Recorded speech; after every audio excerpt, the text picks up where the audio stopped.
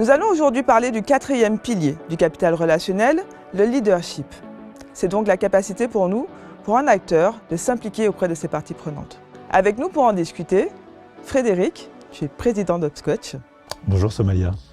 Marie, tu es directrice des ressources humaines. Bonjour Somalia. Merci tous les deux de nous rejoindre pour ce podcast Unlock Your Relational Capital.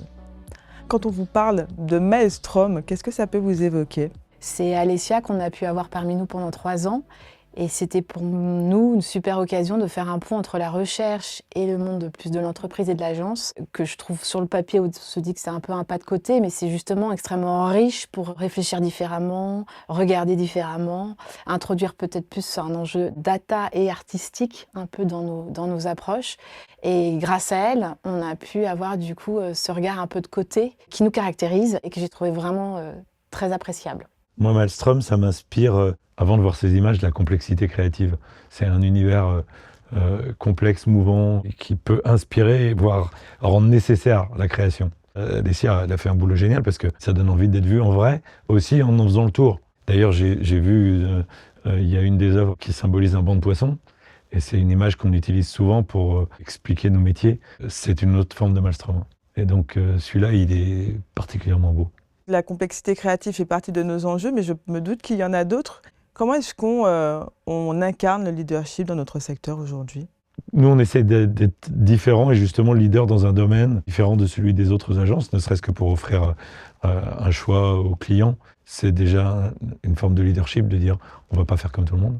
Alessia utilise le mot d'écosystème. Je pense que le travail qu'on a fait autour des écosystèmes nous a permis de nous améliorer sur les dernières années, avec notamment ce qu'on a appelé le marketing des communautés, c'est-à-dire essayer de comprendre le fonctionnement de chacune des communautés, comment une communauté partage des informations, se défend contre l'adversité, grandit, se reproduit, se scinde en plusieurs. C'est une traduction des écosystèmes qui est plus dynamique que celle qu'on dessine souvent avec des petits traits, parce qu'une communauté, c'est vivant.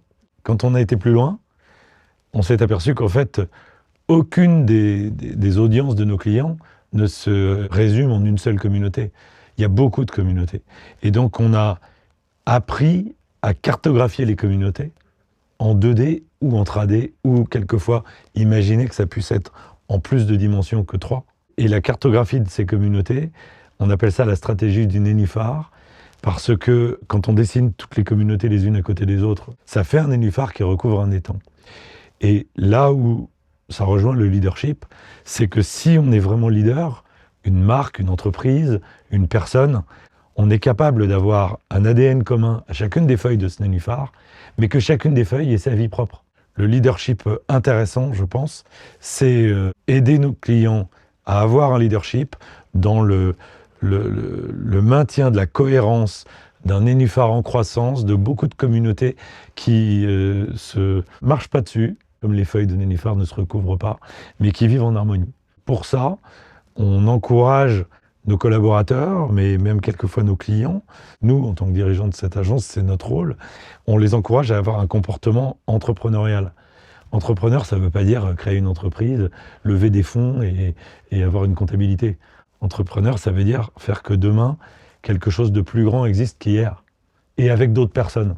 C'est ça pour nos clients, et pour nous, en tant que manager de cette entreprise, c'est de donner ce rythme pour les autres. Je peux te poser aussi une question qui est tout à fait proche finalement. Comment est-ce qu'on travaille dans le groupe Hopscotch à faire naître peut-être ces leaders, ou est-ce qu'il y a finalement un profil type de leader chez Hopscotch ?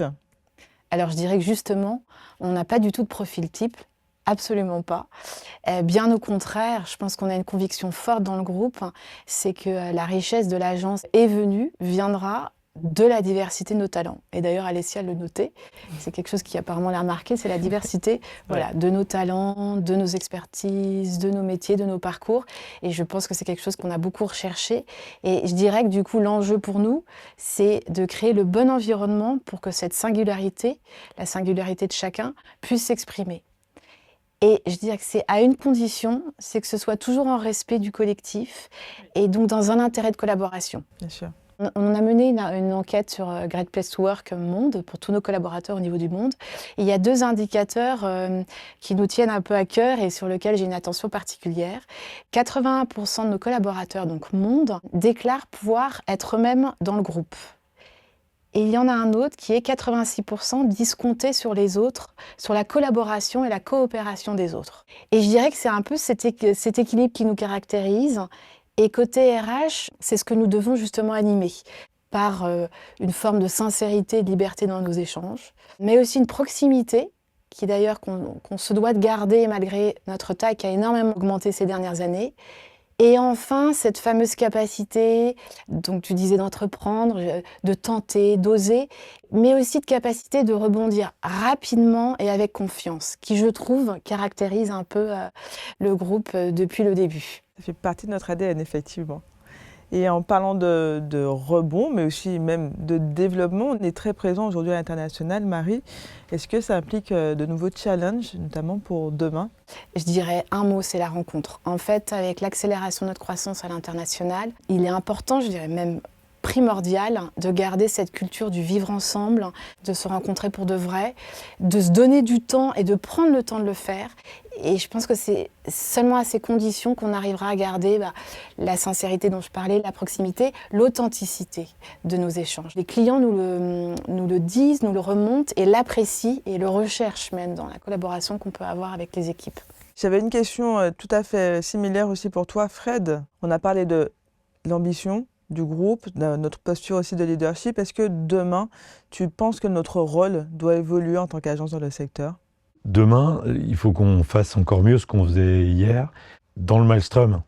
C'est-à-dire que tout est en mouvement. Il y a des battements d'ailes de papillon qu'on n'avait pas vu venir à l'autre bout du monde et qui provoquent l'arrivée de l'intelligence artificielle, des troubles politico-économiques partout. Je pense qu'on aura une mission encore plus grande au service de nos clients. Si on sait garder beaucoup de valeur au capital relationnel, en interne, comme l'a dit Marie, comme en externe, et qu'on sait démontrer la valeur de ce capital relationnel, nous, on est très confiants sur notre capacité à maintenir un capital relationnel très fort, avec une grande valeur. On est persuadé que ça va les aider à faire face à tout ce qui va arriver.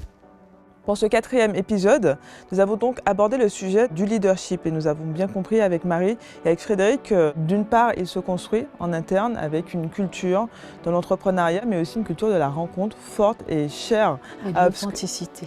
Et d'authenticité chère à Hopscotch pour demain être encore plus présent auprès de nos clients et traverser plus sereinement, je crois, ce maelstrom qui est tout autour de nous. Merci à tous les deux d'avoir rejoint ce podcast et d'avoir pu partager vos idées avec nous aujourd'hui. Merci Somélia.